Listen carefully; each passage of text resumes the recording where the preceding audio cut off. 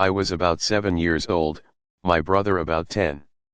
It was well past our bedtime when our mom woke up off the couch to put us to bed. Our dad worked construction out of town back then, so it was often just us three at the house for weeks at a time. Up the stairs and to the immediate right was our parents' bedroom. Going left put you in the middle of a hallway. Taking another left down that hallway led to my brother's room. The opposite end was my room, which was also across the hall from our upstairs bathroom. At either end of the hallway are windowed doors we always kept locked and rarely used. The door on my end led to a balcony overlooking our front yard, and the door on my brother's end opened to our back porch. The house kinda leans into a small hill. My brother and mom both had a habit of waking up in the middle of the night to use the bathroom. I only knew this because I was always a light sleeper and they just couldn't help flushing with the door wide open. This night, however, my brother stopped on his way to his room and came back towards the bathroom. "I'm gonna try to pee before I go to bed. The past few nights I've been too afraid to walk to the bathroom. I keep seeing a man wearing stripes at the end of the hallway."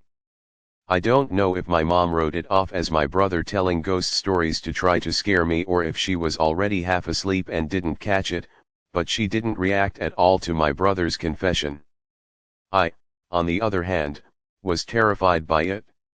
The fear of seeing a ghost like that at the end of the hallway or through the windows is the reason I started running from the stairs to my bedroom at night.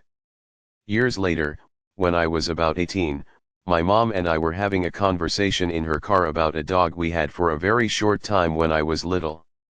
We were sharing stories about Max's tendency towards destroying my shoes and other unruly behaviors when my mom blurted out, "Do you remember that time I opened the front door for the cops and Max ran inside to the kitchen and started tearing open that big bag of dog food we had?" This really caught me by surprise, because in all the years I lived in that house we never once called the cops. Gun off family in a quiet, rural WV neighborhood, etc.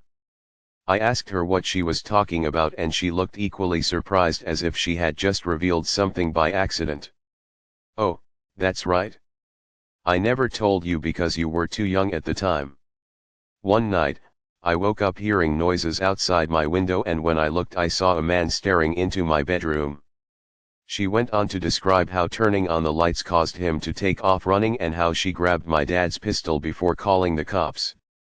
I can't remember all the details I gave them when they showed up. Tall white male, wearing a striped shirt and jeans, short dark hair, something like that. They said it matched the description of a man they were looking for in the area.